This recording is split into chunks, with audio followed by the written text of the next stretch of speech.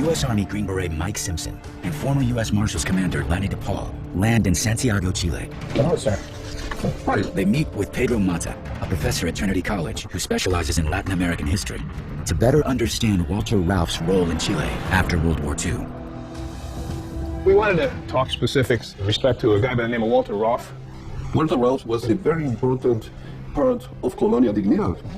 I was actually thinking that, and of course, on the surface, Paul Schaefer was the man in charge. Everything that I've seen in my investigation has led me to believe that Walter Rauff was the one pulling the strings there. Absolutely. Not only that, Walter Rauff was also behind Dina. What was Dina? Dina was an organization that was set up by people coming from the military and some civilians as well.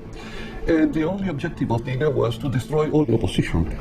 We are talking about the police state, focusing in controlling population as far as it was needed. Formed under fascist dictator of Chile, Augusto Pinochet, Dina was a secret police force started in 1973. Its role was to silence all opposition, often using extreme violence, similar to the tactics of the Nazis.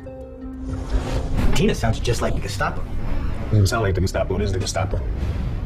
They're not just reenacting the Nazi methodology in Germany, they're extending it. This continued right here in Chile.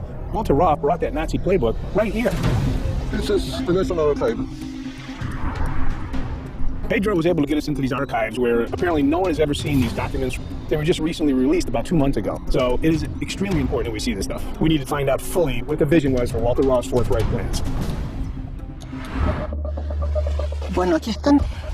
These are related to the Nazi spy ring that functioned in Chile during the Second World War.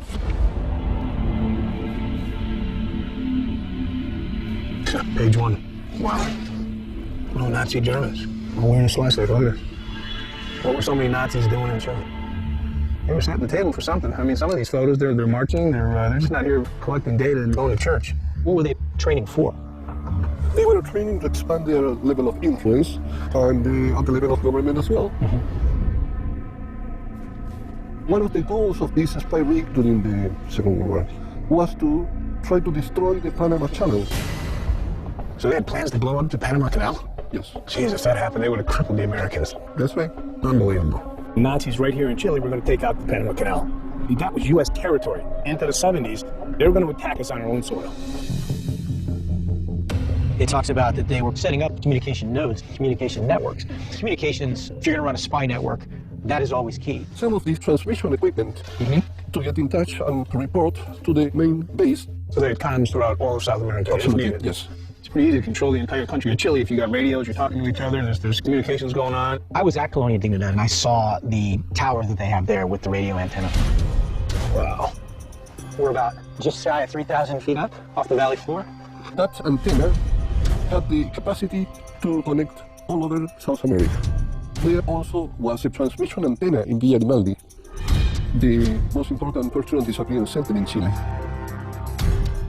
I thought Colonia Dignidad was an isolated thing. Oh, no. There was another camp. Oh, 754 so far as we know. 754 camps. Yes. Wow.